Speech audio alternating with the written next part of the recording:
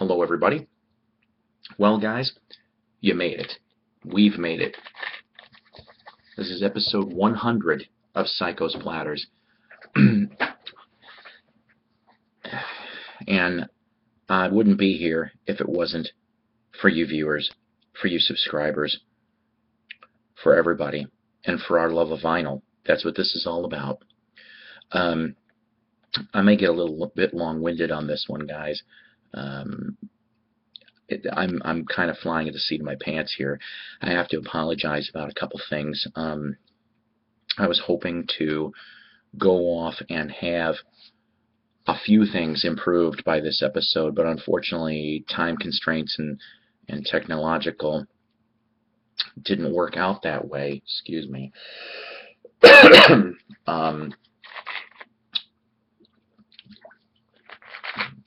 Didn't have time to make coffee, but the webcam, yeah, I'm trying to upgrade on a webcam here, and it's giving me issues. So for the moment, you're getting it this way. I'm also going to make a change of scenery pretty soon in the next video or two, and get out of this room so you guys can maybe see at least a little bit of my stuff. It's just the signal is kind of screwy in here, and you know, if I go to other places in the house here, in the apartments, that things get a little screwy with the signal. So I think you guys can understand that anyway. I had some people ask me over the last 2.5 years, yeah, this channel is almost 3 years old. We started this in August of 12. It originally was called Psycho's Platters in a CD, and well, after a dozen episodes, I just wiped it down to Psycho's Platters because it was kind of redundant, don't you think? And but when I started in 12,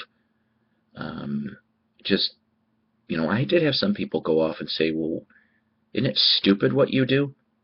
You know, whoop-de-twang, you know, you're playing show and tell to a camera so other people could see it. That's not how I see it, all right? And to those people, F you. I like to see this as we are sharing finds that we find that we're excited about, and you're trying to turn them on to us, right? That's what I do for you guys. I go off and show you the things that I acquire. Most of it I keep, some of it I do sell or trade off, but I do this for the love. You do this for the love. We all do this for the love.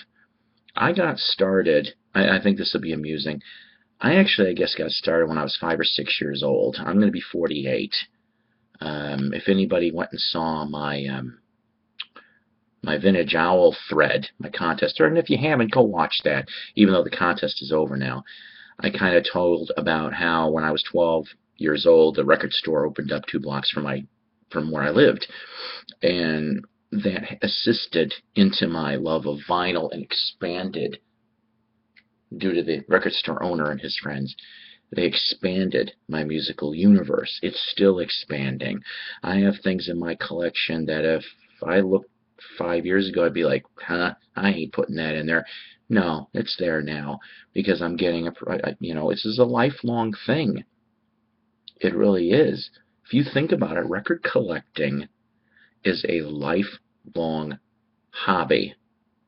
You're never done. You think you're done, but you're not. And that's okay. It's all okay. If you're lucky enough to have children, to hopefully that they would appreciate this and pass it on when you die, good. If not, for example, a record collector down in this area passed away within the last 4 to maybe a couple months, we'll say, okay?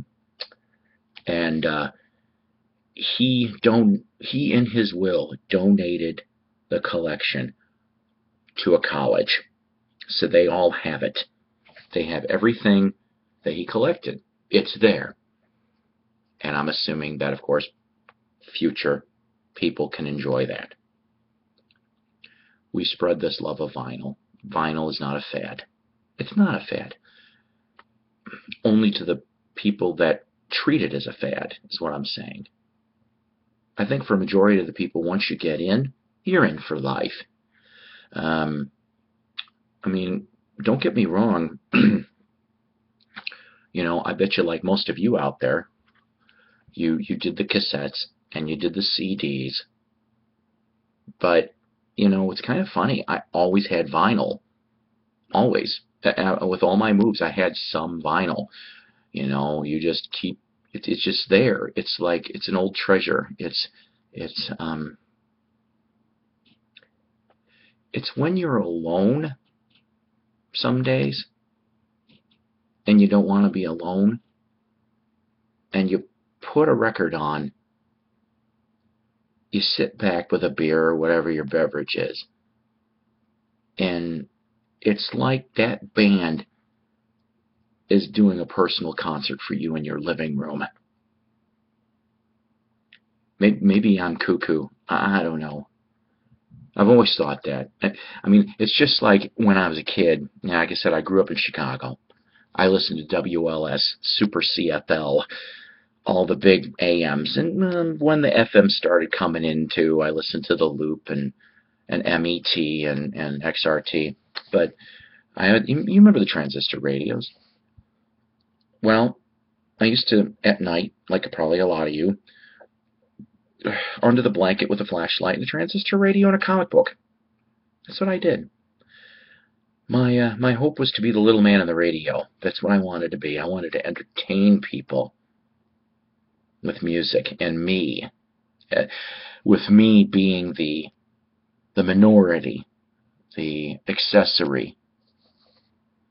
I was in radio. I miss it so much. I wish I could go back. I'd have my own station. I want to entertain you guys. This is my way to entertain you guys, is to do these videos. If I didn't have this and I didn't have my kids, I probably would have blown my brains out or done something maybe less dramatic, but still, I would have exited the world a long time ago. I love having you people here, and I thank you for that. And you know what I'd like you to do? I'd like you to spread the love. I really would like you guys to share the information and share the entertainment that I try to give you guys on a weekly, bi-weekly basis. But 100 episodes of this has been wonderful, and we're going to do more. I do have some ideas down the pipe. I cannot mention them yet. I know. If you've knew me personally, I have lots of ideas going in the brain. The difference of being able to get those ideas that are in my head onto paper into reality takes a lot longer than it should.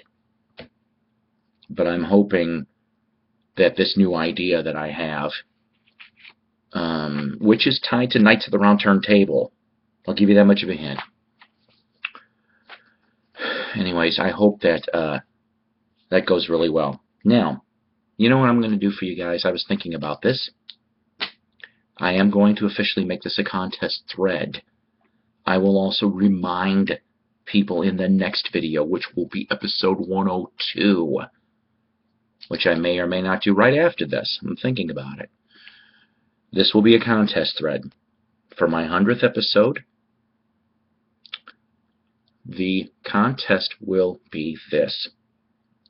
I want you to show or tell, but I want it in a video response, okay, what your favorite bootleg or live album. Now what I mean by that is, because bootlegs are unofficial. Live in studio, that's fine. Or what is one of your favorite live albums? It doesn't have to be your favorite. For example, this is probably one of my top 10 favorite live albums. Let's see if I can pull this out of here. Black Oak, Arkansas's Raunch and Roll Live. I actually like the energy that this album has got. This is labeled a promotional DJ copy, but it is a regular yellow Atco. I don't know why they did it this way, but this is, of course, from 1973. It's signed by Jim Dandy and Ricky Lee Reynolds when I met them in 2009. Oh,